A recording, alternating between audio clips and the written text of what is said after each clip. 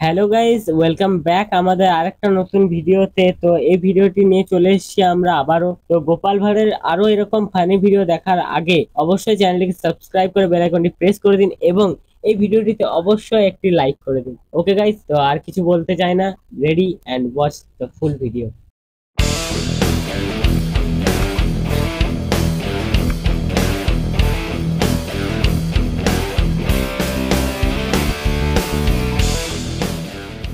আজকের পর্বের নতুন গল্প, গোপাল ও মা কালী। একদিন পেটে ব্যথার যন্ত্রণায় গোপাল ভীষণ কষ্ট পাচ্ছিল।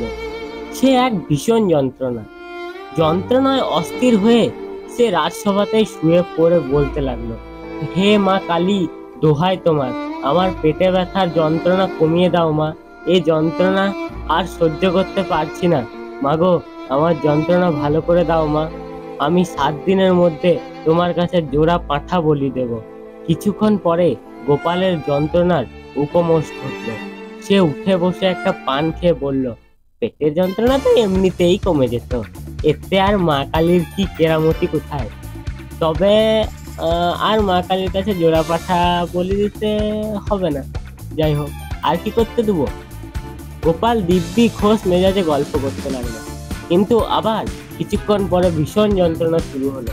গোপাল কাটা ছাগলের মতোই দাপতে দাপতে বলল, ও মা, মা কালী, আমি কি আর তোমার জোড়া পাঠা দিতাম না?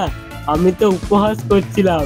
ও মা, মা আমার ঠিক করে দাও মা, একটু বুঝো, এগুলো উপহাস, তো তোমার বুঝা দরকার মা। মা, এই ছেলের কষ্টটা একটু বুঝো মা, আমি একটু মজা করছিলাম তোমার সাথে।